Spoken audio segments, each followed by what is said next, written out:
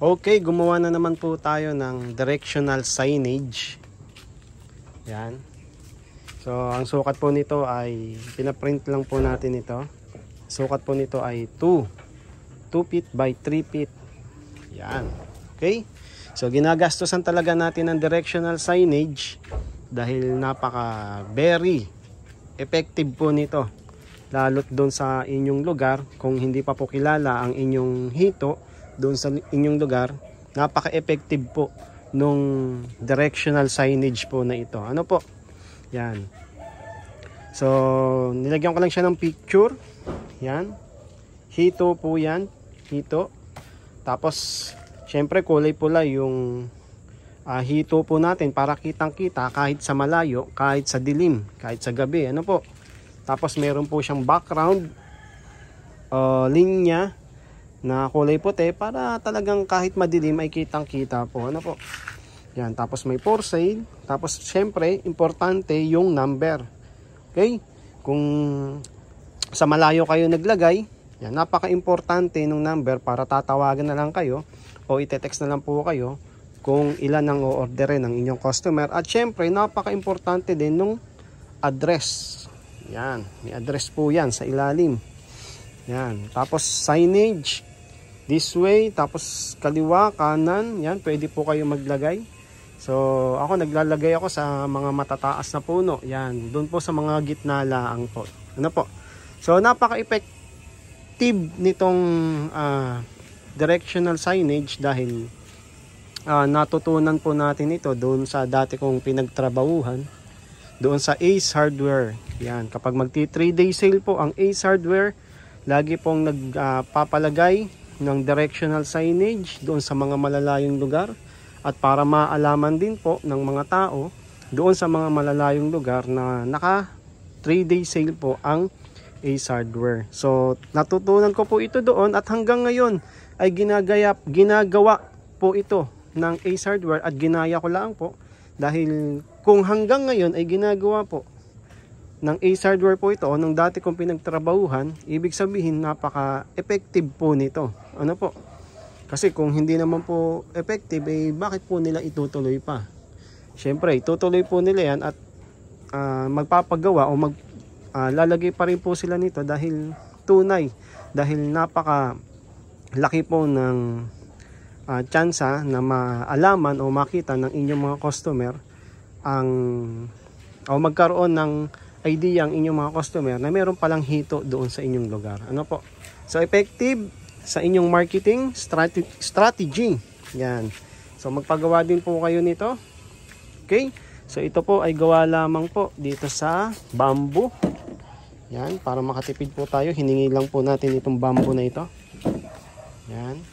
Ako na lang din po ang naglagay po niyan. So, nilagyan ko po ng pako, tapos alambre. Tapos itong mga cable tie doon po sa may tarpaulin. Yan po. Tapos suporta. Yan. Pako lang din po. Yan. So matipid lang po. Matipid. So gastosan nyo lang din po yung inyong signage. Okay.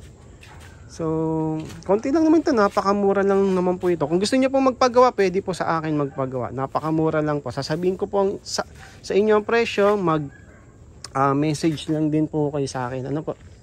Papagawa po tayo ng presyo. Ng signage po ninyo. Okay? Sasabihin ko din po sa inyo ang presyo. 2x3. Tapos 2x4. Meron po tayong sukat po nito. So ito 2x3 lang po ito. Yan. So gastusan nyo na po.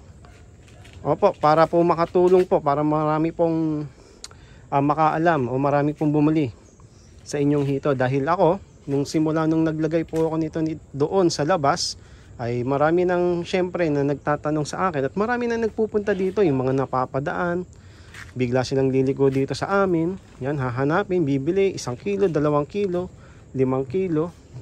Yan, marami na rin po tayong nabebenta dahil po dito sa ating directional signage. So napaka-effective po, sinasabi ko sa inyo, totoo po, wala pong halong biro. Totoo po na napaka-effective po na itong directional signage. Kaya maglagay din po kayo sa mga iba't ibang lugar. Doon po sa lugar po ninyo, yan, sa mga malalayo.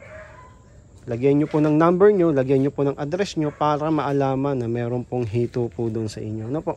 Effective po ito, hindi lang sa Facebook. Yan, syempre nakakatulong din po yung Facebook. Pero yung iba talagang, kung makapansin nyo, yung ibang mga yung mga ibang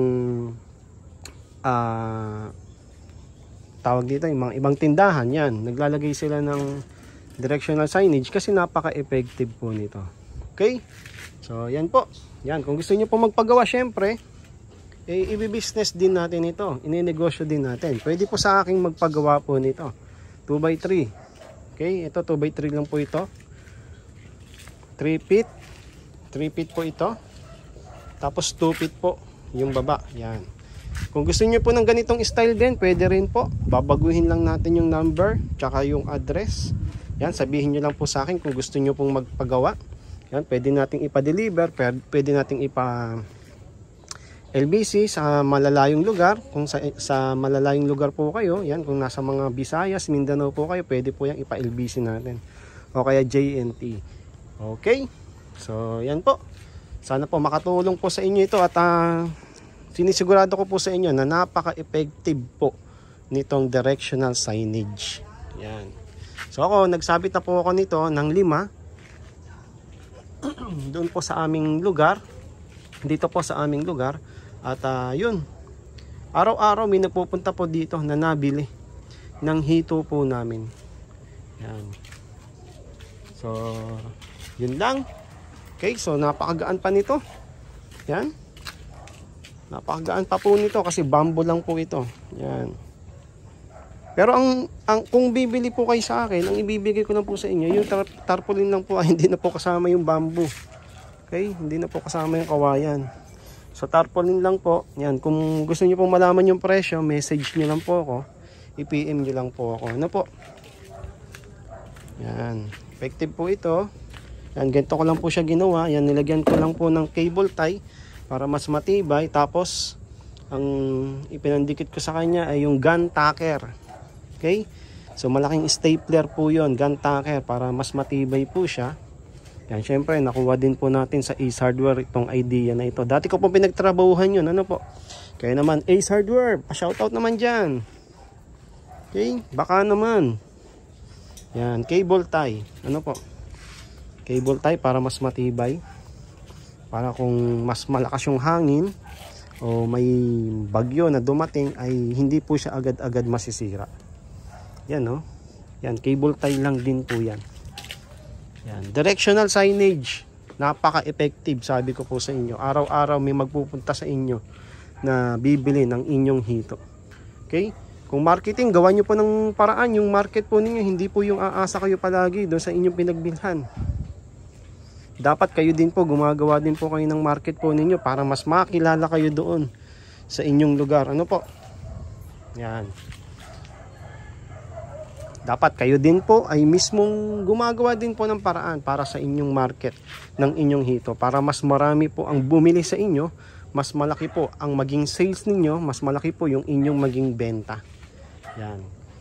Okay, so muli maraming salamat po at salamat po sa patuloy na panunood at na may natutunan po kayo dito po sa ating directional signage. Okay?